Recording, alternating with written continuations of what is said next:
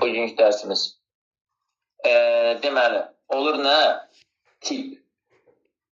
Tip insan orqanizmində, yəni insanda fəaliyyət göstərən bir neçə funksiyaların əmələ gəlməsi ilə meydana gəlir. Və müəllimlər, yadınıza saxlayın ki, tip şagirdlərdə ən diqqət yetirilməli mövzulardan biri də ki, nədir?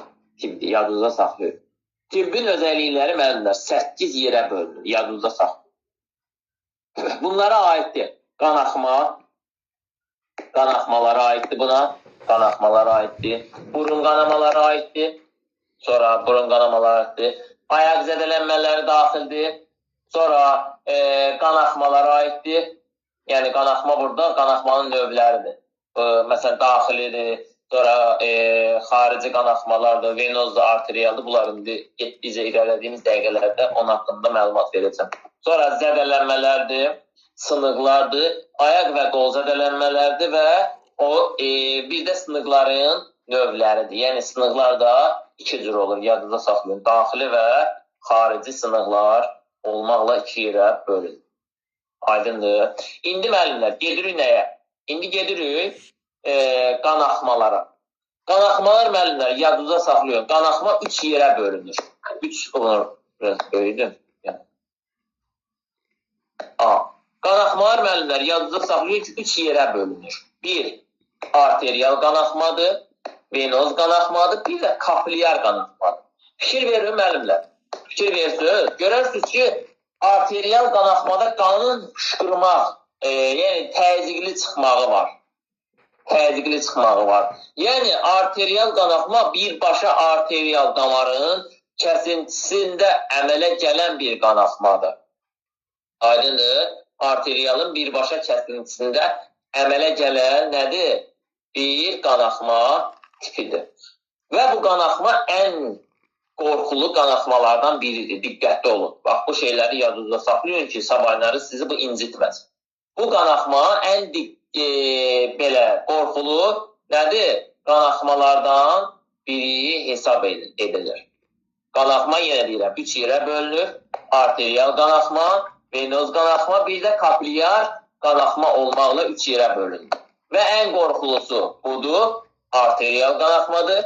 Ondan biraz, yəni az olan, qorxusu az olan venoz qanaxmadır. Bir də qorxusuz olan nədir? Kapillyar qanaxmadır.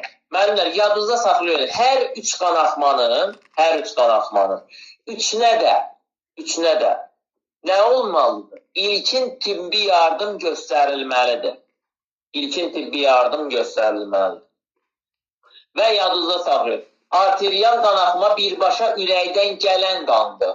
Yəni, nədir? Oksigenlərlə zəngin olunmuş bir qandır. Oksigenlərlə zəngin olunan bir qandır. Amma venoz qanaxma isə müəllimlər, yadınızda saxlayın ki, ürəyə təmizlənmək üçün gedən qandır. Venoz qanaxma ürəyə təmizlənmək üçün gedir. Arteriyala qayıdırsa, demək ki, bu təmiz qandır. Yox, əgər venoz damarlardan ürəyə gedirsə, bilin ki, bu nədir? Bilin ki, bu da olur nə? Çişli. Yəni, el arasında desək, kirli qan hesab edilir. Qanaxmanın növləri və onların müalicə üsulları bunlardır. Deyir ki, qanaxma orqanizmdəki qan damarlarının zədələnməsi nəticəsində qanın bədəndən çıxmasıdır. Yəni, qan bədəndən yeni baxın burada çıxdığı kimi və yaxud da burada çıxdığı kimi çıxır. Bu, müxtəlif səbəblərdən baş verə bilər və qanaxmanın növü yerinin və səbəbinə görə dəyişir. Yəni, qanaxmanın növü nədir? Arteriyal da ola bilər, venoz da ola bilər, kapillyar da ola bilər. Bunlar nədir? Bunlar qanaxmanın növü və yeri. Yeri də odur ki, hardan çıxdığıdır. Sonra deyir ki, aşağıda qanaxmanın növləri və hər birinin xüsusiyyətləri haqqında ətraflı məlumat verilmişdir. Birinci gedirik nəyə? Birinci gedirik arteriyal qanaxmaya. Görək arteriyal qanaxma nədir? Deyir ki, arteriyal qanaxmada və onların xüsusiyyətləri. Arteriyal qanaxma müəllimlər, yadınızda saxlayın ki, qan damarların olan arteriyaların zədələnməsində, qan damarlarının zədələnməsinin nəticəsində baş verir. Arteriyal qanaxmadan gelirsə. Sonra qan parlaq qırmızı rəngdə olur və güclü atımla xaric olunur. Yəni güclü, fantom şəklində bayaq göstərdiyim kimi, bax, onun şəklində enir, güclü xaricə axın edir. Bu qanaxma çox sürətlə olur və ciddi həyati təhlükə, yəni ciddi insan həyatı üçün ən ciddi qanaxmalardan biri də nədir? Arteriyal qanaxmadır. Arteriyal qanaxma ən çox boyun və qol, ayaq tabanlarında görünür. Yəni, arteriyal damarın olduğu yerlərdə. Arteriyal damar harada ən çox olur? Ən çox qolda, ayaqda olur. Qol, damar, boyun damarlarında daha çox olur. İlkin tibbi yardımın göstərilməsi. Yəni, arteriyal qanaxmada ilkin tibbi yardımın göstərilməsidir.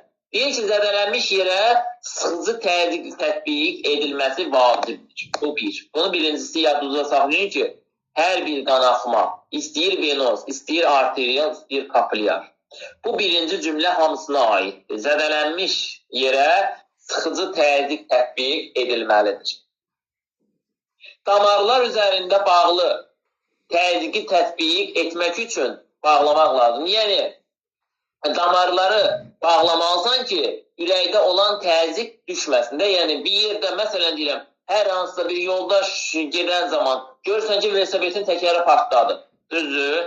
Ona ilkin nəysə eləməsən, nəysə bir əmcan çəkməsən, nə olacaq? Havanın hamısı buraxacaq. Düzdür? Və yaxud da ki, görürsən ki, maşının təkərindən bəlkə də rastsuza neçə dəfələrlə çıxıb, maşının təkərindən mismar batır və yaxud da hər hansısa bir ağac batıb, çıxartmırsan onu. Deyirsən ki, bunu çıxarsam təzyiq düşəcək. Düzdür? Yəni, qan damarı da bu formadadır. İnsanda bilirsiniz ki, nə var? Təzyiq var ki, insanı həyatda normal şəraitdə saxlaya bilir. Başa düşdür? Yəni, təkərin təzyiqi olduğu kimi, nə bilim, hər bir neçə şeylərin təzyiqi olduğu kimi, məsələn, atapileni sistemi. Hamının evində bu dəqiqə geniş yayılan bir atapileni sistemidir. Hamı bilir ki, onun içində təzyiq var. Onun içində təzyiq olmasa, avtomatik nə olur?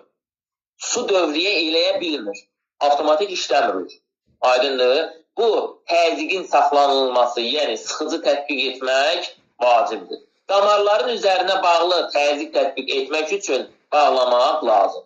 Sonra, təcili olaraq həkimə müraciət edilməlidir. Bütün hallarda müəllimlər, yadınızda saxlayın ki, təcili olaraq həkimə neynəməlisən? Müraciət edilməlidir. Sonra, gedirik venoz qanaxma. Görək venoz qanaxma nə deyir? Venoz qanaxma müəllimlər. Baxın, bu venoz qanaxmadır. Venoz qanaxmanın birinci başda neynəməlidir? Birinci başda venoz qanaxmaya ilkin olaraq tibbi yardım göstərilməlidir. Bax, burada da yazmışam bayaq dediyim məsələni. Venoz qanaxma ürəyə gedən qandır və el arasında çiftli qan da deyilir buna. Yəni, bu venoz qanaxmadır. Yadınıza saxlayın. Bax, bayaq dediyim cümlədə oraya yazdım ki, diqqətli olasın. Deməli, deyir ki, venoz qanaxmalarda venaların zədələnməsi nəticəsində yaranır. Yəni, venaların zədələnməsi nəticəsində yaranır. Venalar zədələnirsə, yəni biri var, venalar kəsilər. Damarlar möhkəm, arteriyal damarlar kəsilir. Arteriyal damarlar kəsilirsə, yadınıza saxlayın ki, bu nə olur? Bu olur arteriyal qanaxma. Yox, əgər venalar kəsilirsə və yaxud da ki, venalar zədələnirsə, bu olur nə? Bu olur venoz qanaxma hesab edilir. Aydındır, müəllimlər. Buna qədər sual olan. Varsa buyursun. Deməli, müəllimlər, yadınıza saxlayın ki, deməli, qan tünd qırmızı rəngdə və daha az sürətlə çıxır. Daha az sürətlə çıxır. Bəli, seçdik. Daha az sürətlə çıxır burada qan damarlardan və bu da nədir? Bu da arteriyal qədər nədir? Qorxulu hesab edilmir. Venoz qanaxma daha az təhlükəlidir. Çünki yəni venozla üzr istəyirəm, arterialla müqayisədə daha az təhlükəlidir. Yəni bu da təhlükəli qanaxmadır. Amma arterialla müqayisədə, arterial qanaxma ilə müqayisədə daha az təhlükəli olur. Bu növ qanaxma ən çox ayaq və qol venalarında baş verir. Baxın, ayaq və qol venalarında. Qollarda olan nədir? Baxın, ayaqlarda olan bu qanaxmadır. Bu arterialda olur. Ayaqda arterial da ola bilər. Nədir? Venoz da ola bilər. Amma ən çox harda olur? Ən çox qolda və yaxud da ki, tikintidə falan işləyəndə şagird falan, üzr istəyirəm, şagird nə idi? Hər hansısa bir işçi denir, orada hər hansısa bir kəsici alətlə bizə görürsən ki, ayağın kəsə bilir. İlkin yardım, ilkin tibbi yardımına baxaq. Deməli, venoz qanaxmanın ilkin tibbi yardımda deməli, birinci, yüksəklik mövqeyi zədələnmiş əl və yaxud da ki, ayağı yuxarı qaldırır. Yuxarı qaldırmaq lazımdır ki, neyləsin? Yuxarı qaldıranda təzyiq daha az olur. Yəni, təzyiqi o qədər yuxarı qaldıra bilmir. Məsələn deyirəm, siz evə hər hansı bir motor alırsınız, yaxud da ki, günləri hamının evində istifadə elədiyi hidrofon var da, düzdür? Hidrofon görsən ki, ikinci mərtəbəyə, yaxud da ki, üçüncü mərtəbəyə yaxşı suyu çıxarda bilmir. Niyə? Çünki yuxarıdır, çox hündürdür. Yəni, onun gücünə aiddir o. Başa düşdünüz? Bu da elədir. Yəni, ayağı və yaxud da ki, əli yuxarı qaldıranda həmişə yadınızda saxlayın ki, burada nə olur? Burada qanaxma azalır. Və sıxıcı təzyiq ilə qanaxmanı qarşısı alınmalı. Görürsünüz, sıxıcı təzyiq burada da tətbiq edilir. Buz tətbiqi qanaxmanı azaltmasına kömək edə bilər. Yəni, buz tətbiq ediləndə bu zaman nə olur? Bu zaman qanaxma biraz da azala bilər. Çünki qanaxmada buz tətbiq ediləndə nə olur? Qanda, Qəbra müəllim, nə olur? Qanda toplandırıda qanır. Durur, yəni qaptalanma daha sürətlə həyata keçirir. Sonra gedirik nəyə? Kapilyar qanaxmaya. Kapilyar qanaxma deyir ki, kapilyar damarların zədələnməsi nəticəsində yaranır. Kapilyar damarların nəticəsində yaranırsa bu olur kapilyar qanaxma. Qan yavaş və davamlı axır. Davamlı, yavaş axır burada. Yadınızda saxlayın. Parlaq qırmızı rəngdə olur. Bu qanaxma adətən kiçik kəsiklər və sıyırıntılar nəticəsində neynir? Baş verə bilir. Baş verə bilir. İlkin tibbi yardımı sıxıcı təzyiq tətbiq edilməlidir. Yəni, damarın, yaranın kəsilmiş hər hansı bir nahiyənin üstünə möhkəm sıxıcı tətbiq, hər hansı bir təzyiq tətbiq edilməlidir. Sərt sarğı ilə qanaxma neynəməlidir? Dayandırılmalıdır. Yəni, möhkəm sıxıcı təzyiq göstərib onu saxlamaq lazımdır. Kiçik qanaxmalar adətən öz-özünə də dayana bilərlər. Yəni, ola bilər də insan o qədər başımıza gəlib ki, görsən hər hansısa bir bıçaq kəsir və yaxud da ki, kapilyar damarların kəsintisinin sayəsində üzə görürsən ki, elə qan axaxa bir də harada kəsib, harada qan quruyub qalıb, heç xəbərin olmur. Aydındır. Bu da nədir? Bu da bəzi vaxtlarda isə kapilyar damarlarda, yəni bunların kəsintisində ilkin tibbi yardımda göstərilməyə bilər, əgər tez kəsirsə. İndi gedirik müəllimlər, daxili qanaxmaya. Daxili qanaxma, yəni iç qanaxma. Deyir ki, bu daxili qanaxmaya da həm də internal qanaxma da deyirlər, yəni daxili demək. Yadınızda saxlayın. Baxın, şəklini də qoymuşam bura ki, biləsiz söhbət nədən deyir. Deyir ki, xüsusiyyətlər nədir? Daxili orqanların, məsələn, qaraciyər, mədə, ağciyər və yaxud da ki, dalaq, indi özümdən dedim dalaq, fərqi yoxdur, yəni o da daxili orqan sayılır. Zədələnməsinin və yaxud da ki, qanaması baş verirsə, bu nə olur? Bu olur daxili qanaxma. Bu növ qanaxma görməzdən və yaxud da ki, qanın bədəninə daxilin toplanır. Yəni, bu qanaxma növü qanaxmanın görünməzdir. Yəni, görmürsən də, sən o üçün sənə daxilinə nə bilirsən nə var? Görünməzdir və qan bədənin daxilinə neyir? Toplanır. Aydındır. Sonra aşırı şişlik dərinin mavi və yaxud da ki sarı rəng alması ilə özünü göstərə bilir. İlkin tibbi yardımı. İlkin tibbi yardımı təcili tibbi yardım tələb olunur. Təcili tibbi yardım tələb olunur. Çünki siz burada ilkin belə deyə də yardım göstərə bilmirsiniz. Çünki o daxildə olduğu kimi üzr istəyirəm, daxildə olduğu üçün buna neyləyə bilmirsən?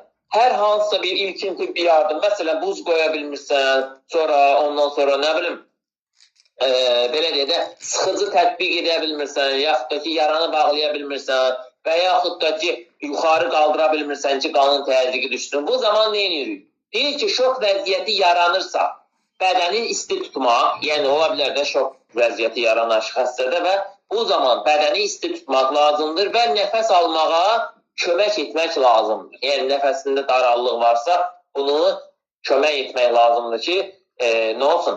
Nəfəs ala bilsin. İç qanaxma ciddi olur. Ola bilər. Deməli, ola bilər.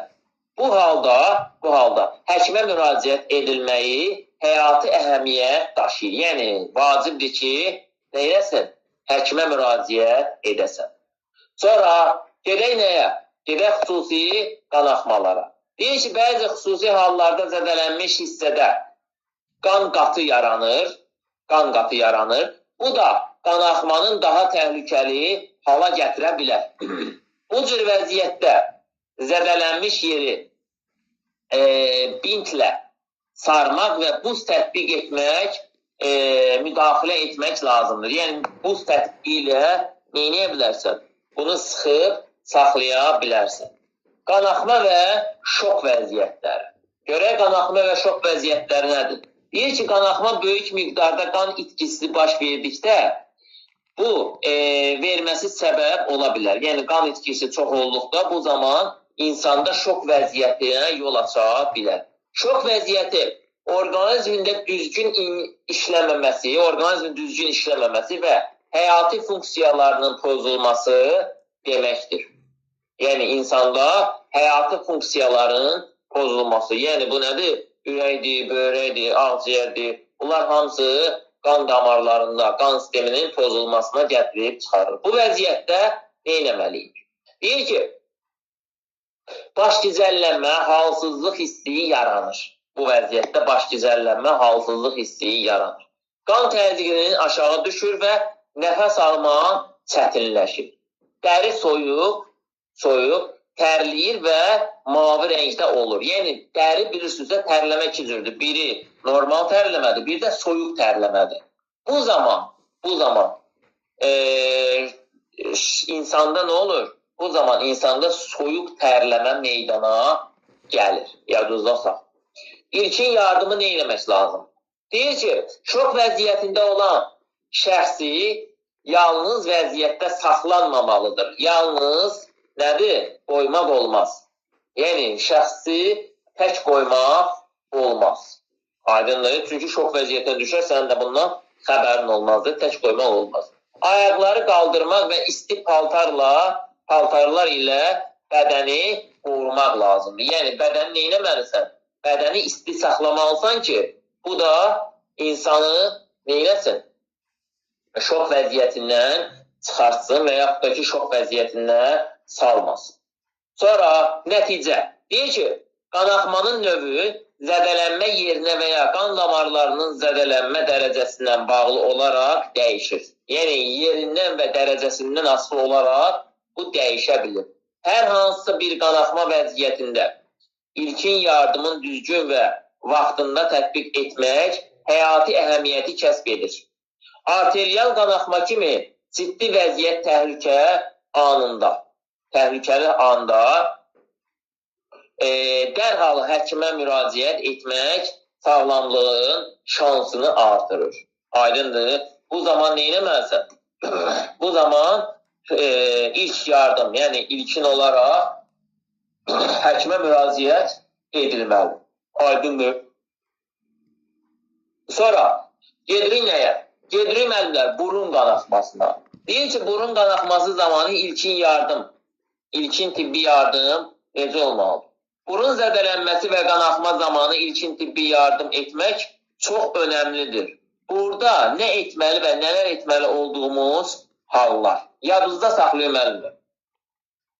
Bax, şəkildə də vermişəm, nə şəkillə izah edəcəm. Damarlarının deməli, qanamanın dayanmağı çalışmaq lazımdır ki, qanama neynəsin? Qanama dayansın. Başımızı irəliyə əyərək burnumuzu güclü şəkildə sıxın. Yəni, baxın, başın irəliyə əyib və burnu güclü şəkildə sıxır. Aydındır. Qanamanın boğaza axmasının qarşısını alır. Yəni, bax, bu formaya baxın, bu forma yanlışdır. Görürsünüz, üstünə qırmızı xət çəkdim ki, bu yanlış bir vəziyyətdir. Çünki orada əgər sən belə deyək, burnu sıxıb başı arxaya eləyirsənsə, bu zaman nə olacaq? Bu zaman avtomatik deməli, qan boğaza axa bilər. Yadınızda saxlayın. Və deyir ki, sakit olun və panikaya qapanmayın. Yəni, ola bilər insandır, qan axması olar və bunun insan var, görürsən, qana daha çox nəyi var? Həssaslığı var və qandan qorxan insanlar da var. Aydındır. Bu zaman sakit olmaq lazımdır və panikaya qapanmaq olmaz. Rahat qalmaq lazımdır. Çünki stres olarsa, insanda stres olarsa, bu qan axmanı biraz da artıracaq. Aydındır.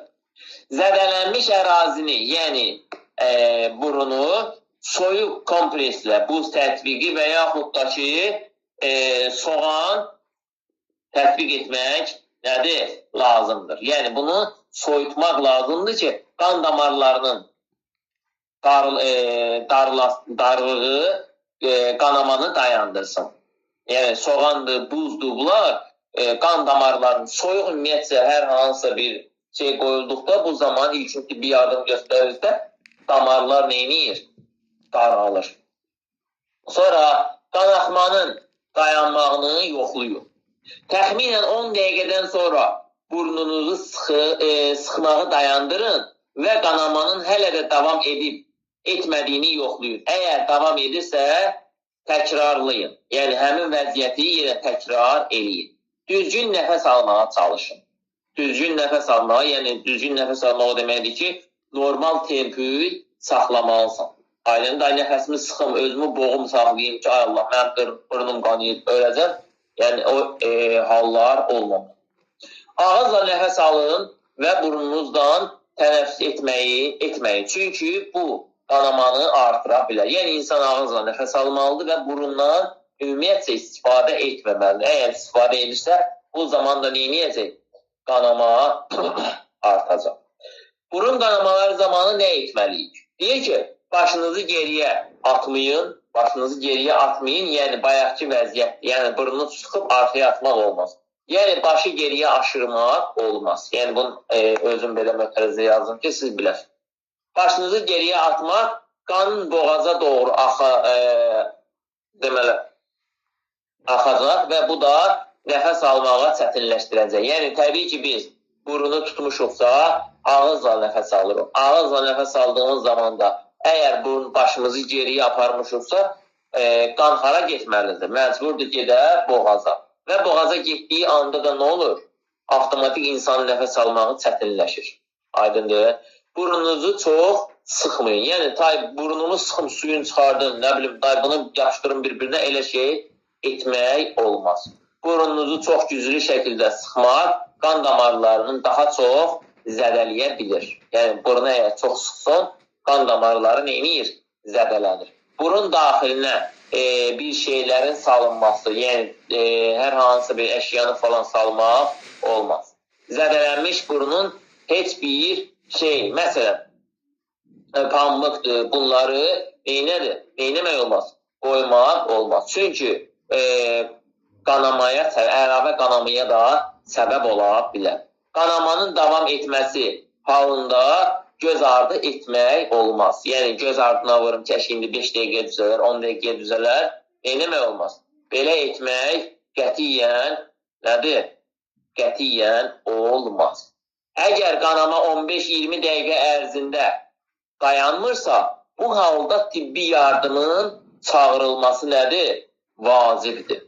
Aydındır, müəllim? Bura qədər sual olan.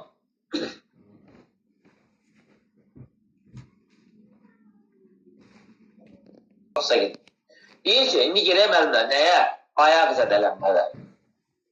Deyir ki, ayaq zədələnmələri oyun zamanı olduqda doğru və sürətli müdaxilə etmək çox vacibdir. Yəni, oyun zamanı, hər hansısa bir oyun zamanı ayaq zədələnməsi olursa, burada nə etmək lazımdır?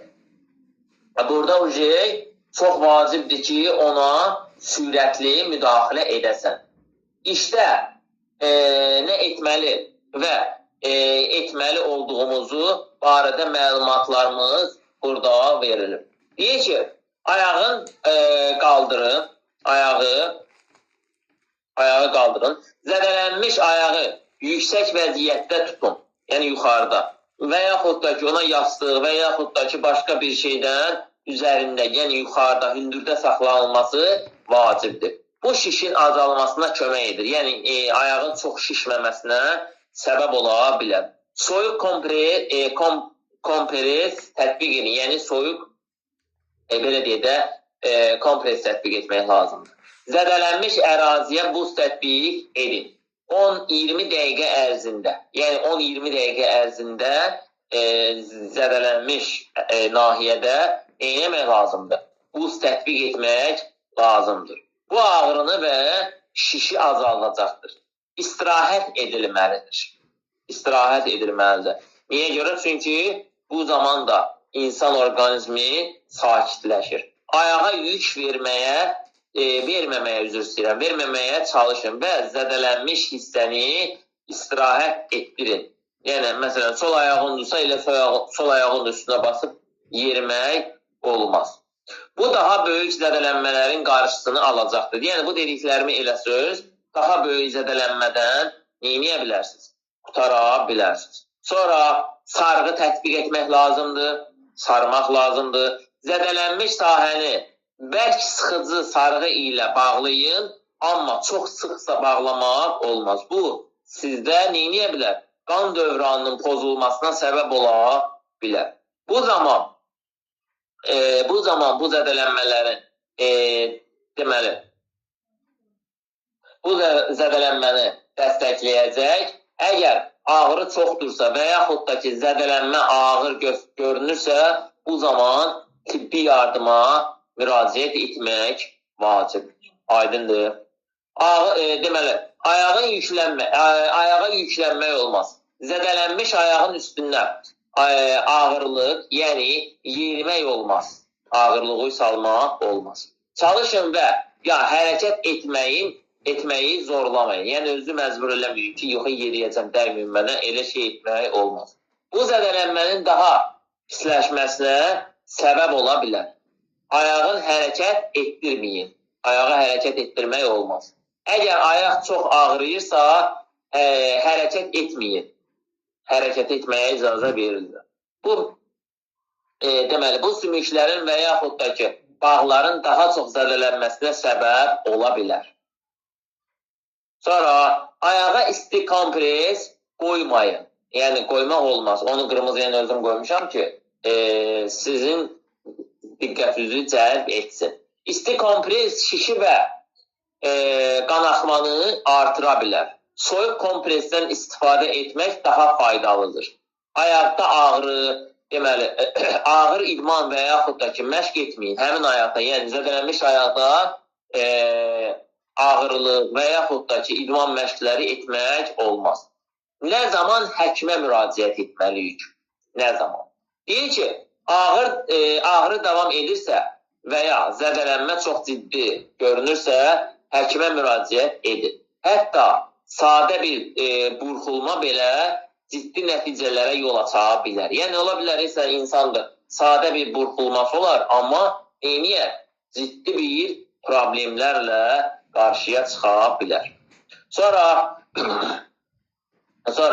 qanamalar zamanı ilkin tibbi yardımın düzgün verilməsi həyati əhəmiyyət daşıyır. Bu da burada nələr etməli və nələri qaçılmazdır. Nələri etmək qaçılmazdır.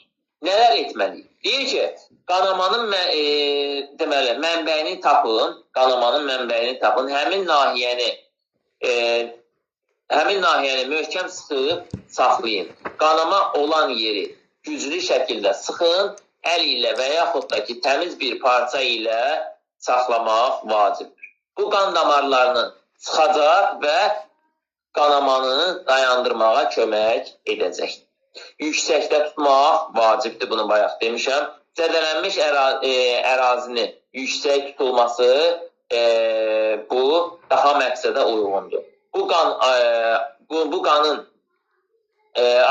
axışını azaldacaqdır. Yəni insan qolu bayaq o gidrofon söhbətində, yəni yuxarı qaldırmağa məcbursan ki, qan axışı azalsın.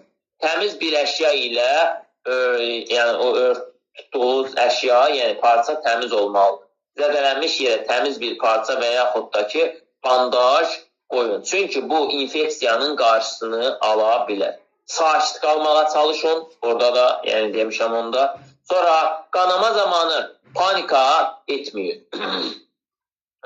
Bayaq qanama, burun qanamasında dedim, panika etmək olmaz, sakit qalmaq olmaz. Həmin sistemdir. Bu zamanda əgər panika edərsənsə, qanama artırıla bilər. Yəni bu stresin artmağı, qan axmanın artmasına səbəb ola bilər. Sonra deyir ki, nələr etməliyik? Zədələnmiş yeri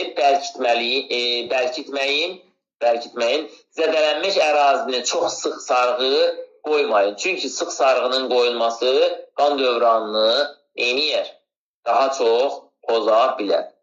Deməli, qanamanın yerini təmizləyin, qanayan nahiyəni təmizləyin, qanama yerinə deməli, yumağa çalışmayın. Yəni, yumaq olmaz. Bu əlavə qanaxmaya, yəni su dəydirəcək əlavə qanaxmaya və ya əlavə infeksiyalara yol aça bilər. Başqa cisimlərdən istifadə etməyin, çünki qanamanın yerinə pambıq və yaxud da ki, digər cisimlər qoyulduqda bu zaman neyinir? Bu zaman əlavə qanaxmalar verir. Xüsusi hallara. Deyir ki, əgər qanaxma çox şiddətlidirsə və aradan qaldırılması şok vəziyyətini izləyir. Tez-tez nəbz vurğularını, baş gicəllənməsini, zəifliyini yoxlayın və dərhal təcili tibbi yardım çağırmaq lazımdır. Aydındır. Sonra zədələnmələr zamanı.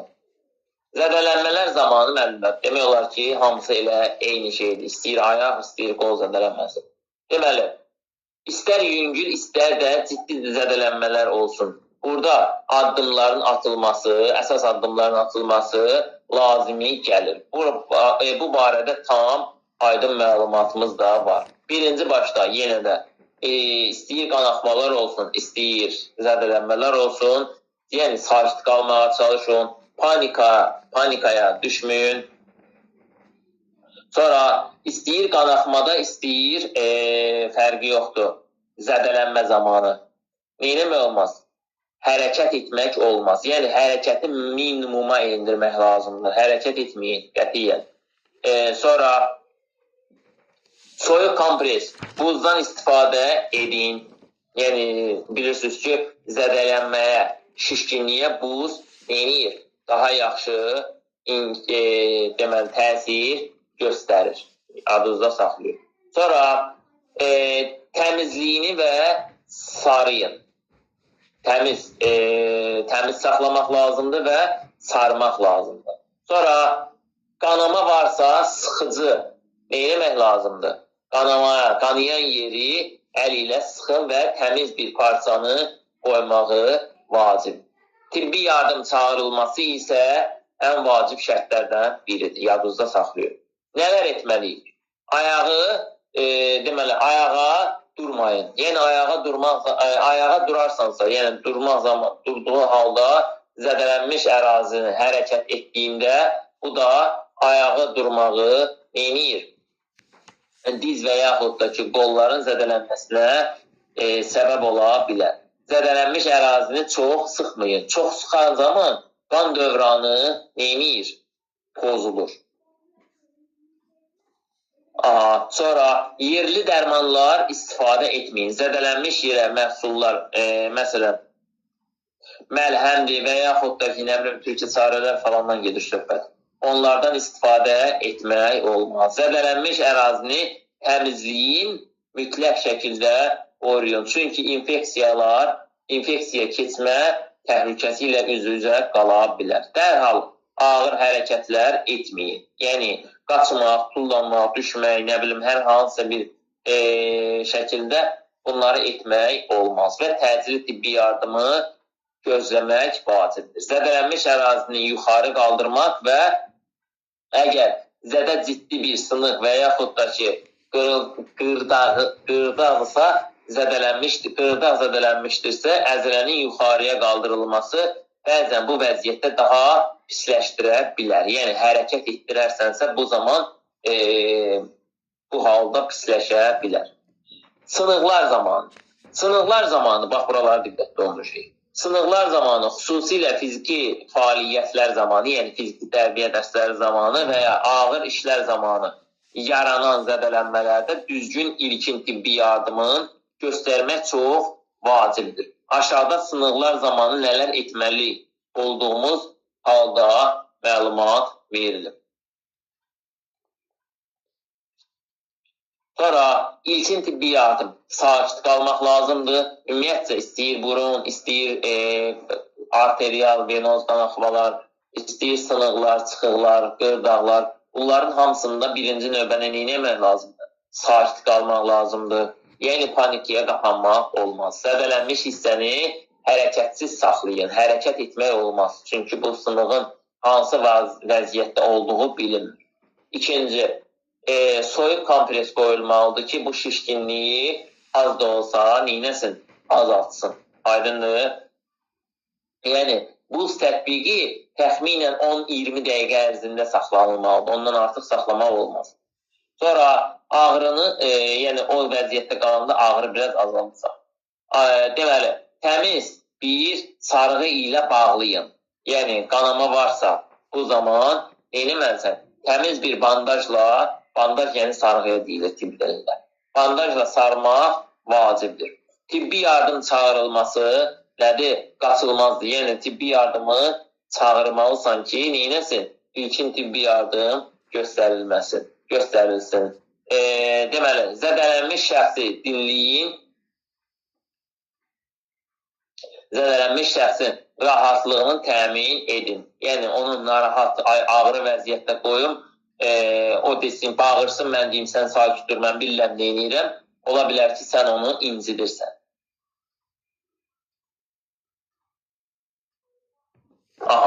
Sonra getdik nələr etməliyik? Zədələnmiş ərazini çox sıxmayın, çox sıxmaq olmaz. Ayağı durmağa məcbur etməyin ki, yox, dur bitər, sürünə də olsa gedək xəstəxanaya, belə bir hallar etməyin. Zədələnmiş ərazini hərəkət etdirməyin. Yəni, hərəkətin yenə deyirəm, minimuma salmaq lazım. Deməli, ağrı kəsici dərmanlar verməyin. Çünki ona neyniyə bilər? Əkiz təsir edə bilər. Aydındır. Zədələnmiş hissəni yumağa çalışmayın. Çünki ola bilər, sən bilmirsən, daxili sınıqdır bəlkə, onu daha da korlaya bilərsən. Qanamanın qarşısını almadan yüngül müdaxilə etməyin.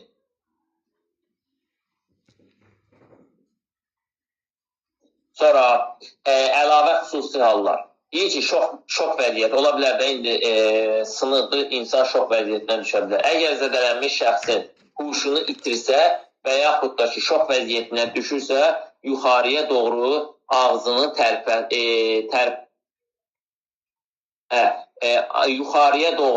yuxarıya doğru ağzının tərpənməsi, rənginin dəyişməsi, zəiflik hissi, onun düzgün bir mövqeyə qoyun və təcili yardımın çağırılması vacibdir. Sonra ciddi kəsiklər və qırılmalar. Əgər zədə ciddi bir sınıq və yaxud da ki, kəsikdirsə, zədələnmiş ərazini hərəkət etdirməyin.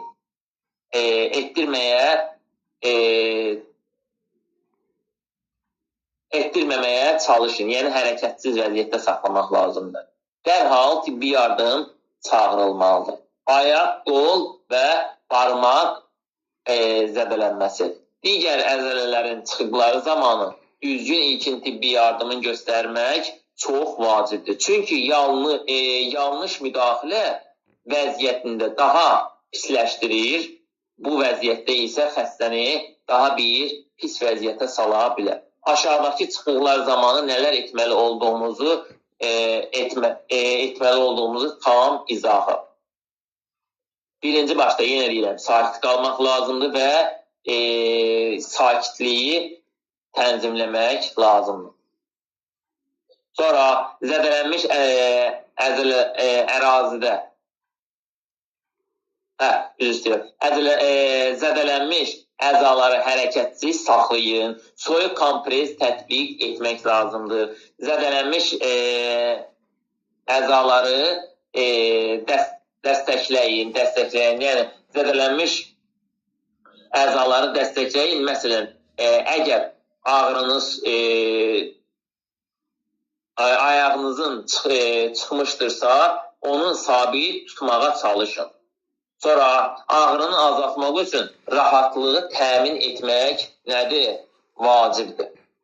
Sonra zədələnmiş şəxsin rahat bir mövqeyə qoyun. Bu vacibdir. Və tibbi yardım çağırılması bu da vacib hallardan biridir. Çıxıq vəziyyətində təcili tibbi yardımını çağırın və zədələnmiş şəxsin ən yaxın xəstəxanaya aparılması bu vacibi haldır. Sonra deyir ki, nələr etməliyik? Zədələnmiş əzaları hərəkət etdirməyin, çıxıq zamanı yerinə oturtmağa çalışmayın. Yəni, çıxıbsa, hayır, mən başım çıxır, bunu salım yerinə, elə şeyləri qətiyyən etməyin. Qırıq və yaxud da ki, çıxığı yerinə təzyiq göstərməyin. Yəni, əli ilə möhkəm insanlarda görsün, deyirsin, bu qolu sunub, hələ bir qutsalıyır ki, görün bu həqiqətən sınıb, yoxsa yox. Ağrı kəsici verərkən simptomları gizlətməyin. Yəni, ağrı kəsiciləri verərkən simptomlarını gizlətmək olmaz. Yəni, bu halda neyə bilərsən? Daha ciddi xəsər yetirə bilərsən. Zədələnmiş ərazini yumağa çalışmayın. Bunu etmək olmaz. Sonra xüsusi hallara baxaq.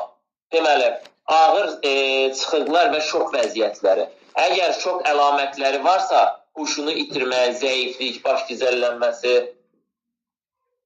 bu zaman deməli, şəxsin yerə uzatmalı və ayaqlarını yüngülcə qaldırın. Bu qan dövranının bərpa olunmasına kömək edə bilər. Sonra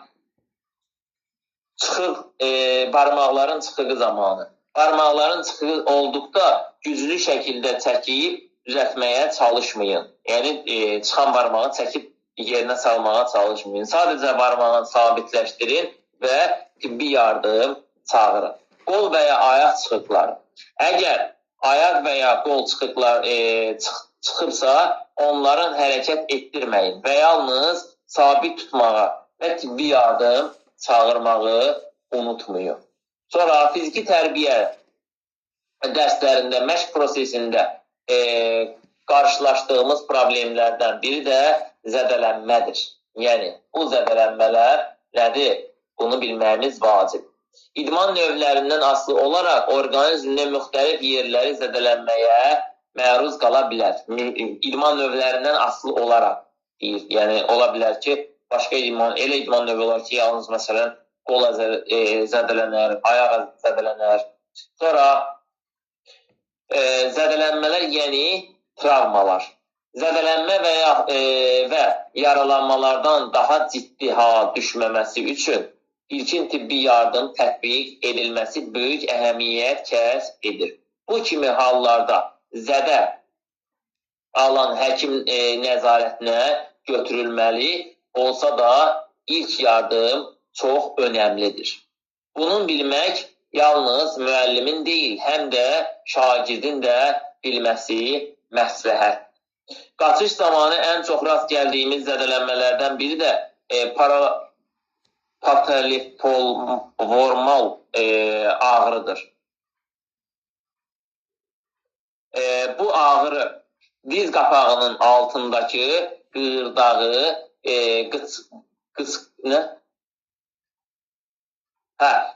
qıcıqlanmasından yaranır.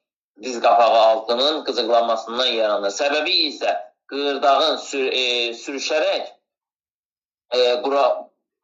quruluşunun pozulmasıdır.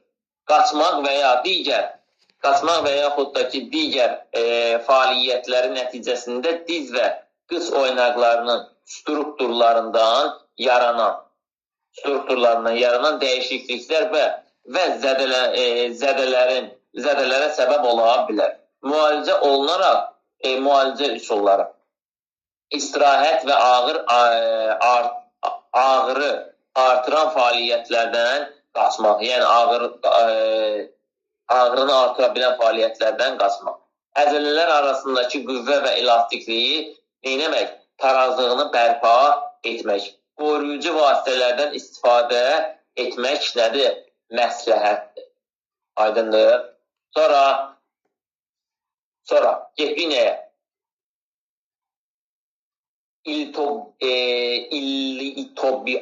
İltobal bax sindromu. Yəni bu, görürsünüz bu ağ hissəni. Bax, həmin iltobial bax odur. Deyir ki, burada xaricdə hiss edilən ağrı ilotibal bax sindromundan qaynaqlanır. Bu bax bud xaricində yerləşir və budun hərəkəti zamanı qığırdaq sürətlənməsi ağrıya səbəb olur.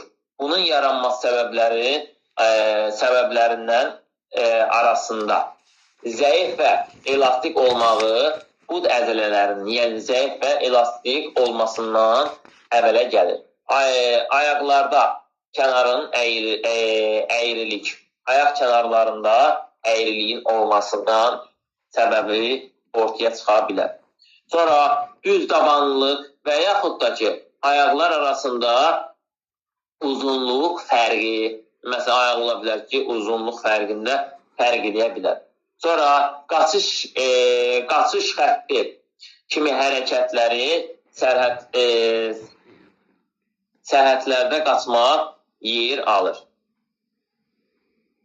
Sonra ayaq biləyi zədələnməsi və tibbal sistem sindromu. Bunlar sizə sual olaraq düşəsi bir şeydir. Sonra ayaq biləyindəki ağrı xüsusilə baldır və ayaq topuğundan, ön hissəsindən hiss olunur.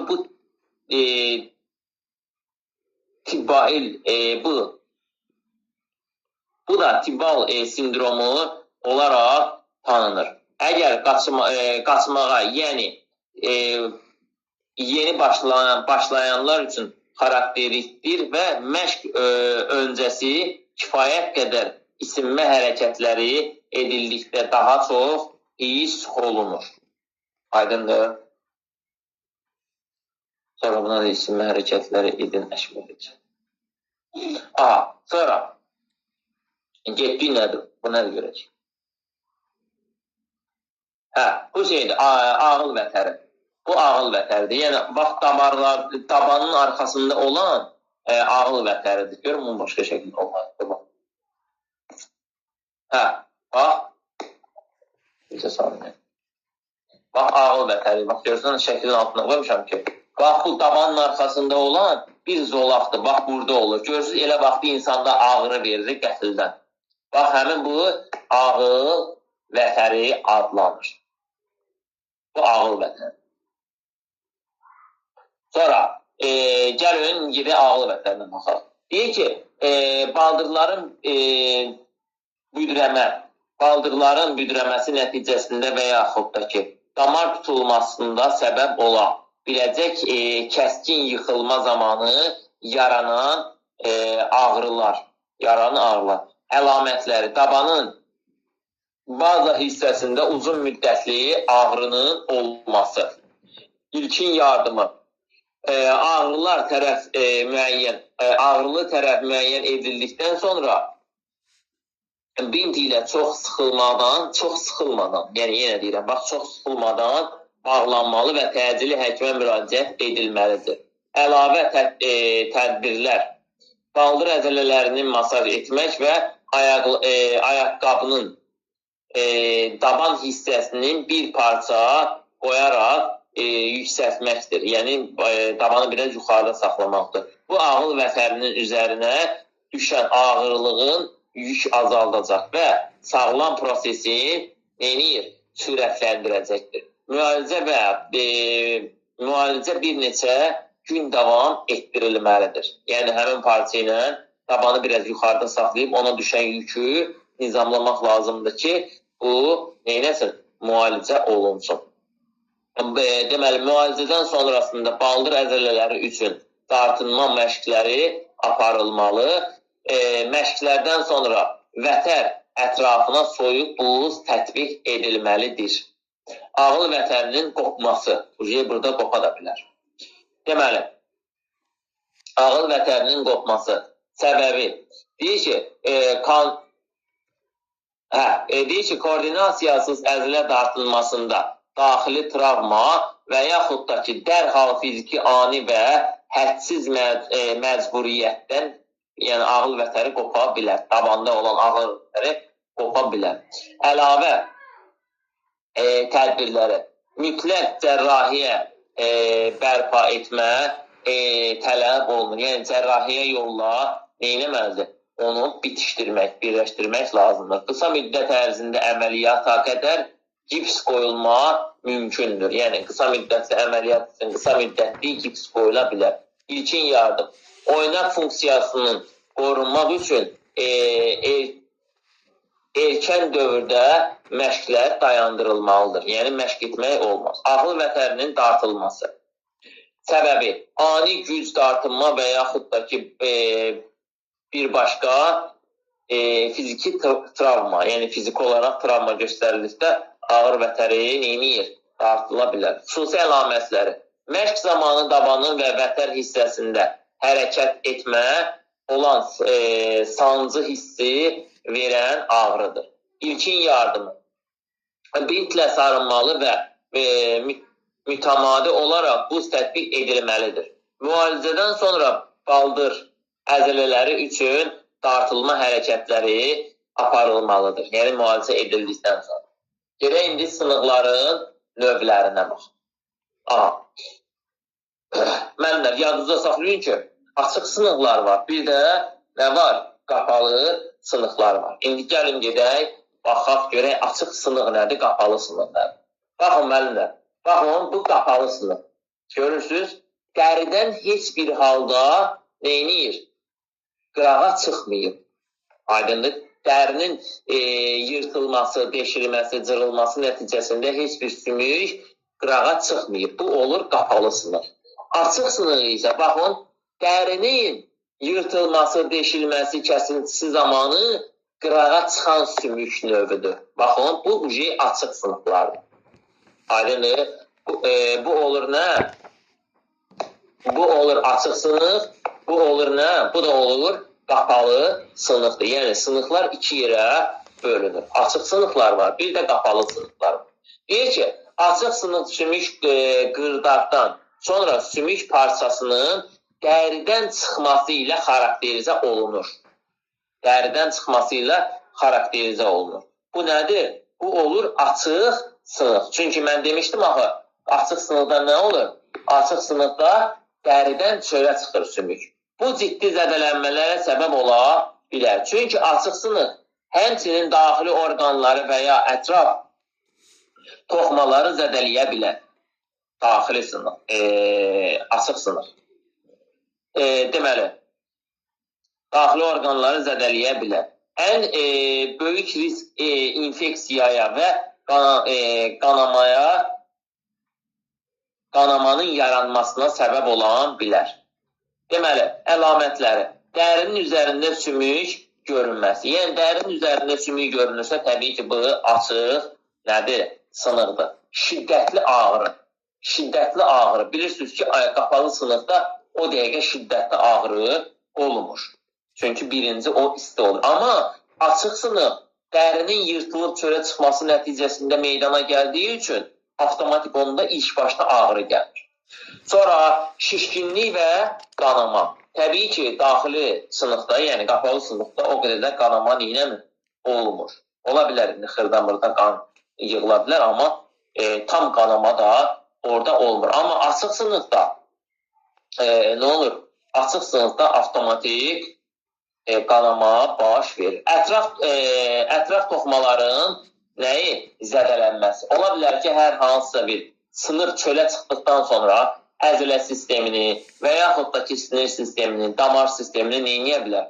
Zədəliyib, kəsər, deşər, yırtar. Bu hallar baş verə bilər. Müalicəsi. Deməli, yara təmizlənməli və infeksiyadan qorunmalıdır.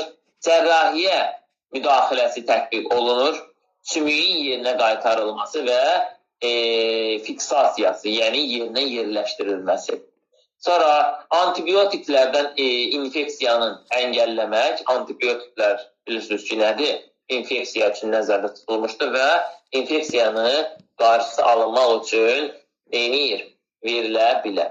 Təcili tibbi yardım vacibdən də nədir? Vacibdir. Qapalı sınıqlara baxaq. Deyir ki, qapalı sınıqlarda sümük qırılır, amma sümük parçaları dəridən neynəmir? Çıxmır, yadınızda saxlayır. Bu halda az risklidir, deməli, az riskli ola bilər, deməli, çünki açıq sınıqlar kimi infeksiya və riski yoxdur. Lakin qapalı sınıqlar da ciddi ağrılara və oynaqların, əzələlərin zədələnməsinə səbəb ola bilər. Qapalı sınıqlarda müəllimlər ondan da pisdir. Niyə görə pisdir? Ona görə pisdir ki, biri var daxili, xaricə çıxıb dayanıb, biri də var ki, daxildə ola bilər ki, kəskin vəziyyətdədir və içəridə olan damarları, əzələləri və yaxud da ki, sinir sistemləri neyir? Kəsib, dağıda bilər. Sonra əlamətləri, şiddətli ağrının olması, şişkinlik və hemotom, yəni qan yığılması. Qan yığılması ola bilər. Funksional məhdudiyyətlər, yəni zədələnmiş əzələnin və yaxud da ki, oynağın hərəkətinin məhdudlaşdırılması. Bu zaman neyləmək lazımdır? Bu bədəni məhdudlaşdırmaq lazım. Sonra müalicəsi, sümüyün yerinə qaytarılması və fiksasiyası, yəni plastik və yaxud da ki, gips ilə. İstirahət və zədələnmiş ətrafın düzgün hərəkətinin təmin edilməsi. Ağrı kəsici dərmanlardan və bəzən fiziki terapiyadan istifadə edilməlidir. Açıq sınıqlar, sümük dəridən çıxır, infeksiya riski var. Müalicəsi dərhal daha çətin olur. Qapalı sınıqlar isə sümük yerində qalır, infeksiya riski yoxdur, amma ağır və funksional məhdudiyyətləri hələ də mövcuddur. Aydındır, müəllimlər.